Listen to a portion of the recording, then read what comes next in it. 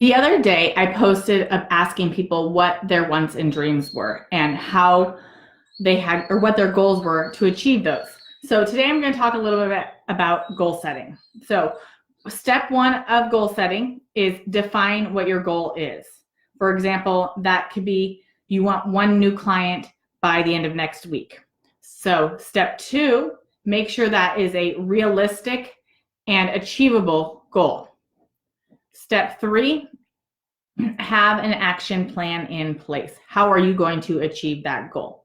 For example, you might say, I'm going to reach out to all my client leads and make at least 5 potential client calls in hopes of getting a new client. Step 4 is have a time frame. You don't want your goal to be never ending. So you're going to do that in 1 week. Your goal was have 1 new client by the end of next week. Step 5 is where you actually need to execute your plan. Act on it, have an action plan, and put it in place. So throughout this whole process, to keep yourself on track, you need to write it down, track your progress, and evaluate your conclusion when you're done. That way, in the future, if you're trying to achieve something similar, you know your changes that you need to make to reach it. So step 1, define your goal.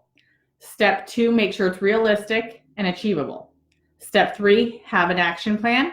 Step 4, make sure you have a time frame on it.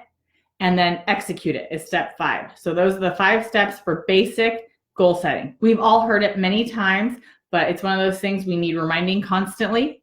So I hope that's helpful. If you are interested in another guide, I have a guide of 5 steps to revamp your productivity, and the link to it is in the comments, and I'd love for you guys to check it out. Have a great weekend.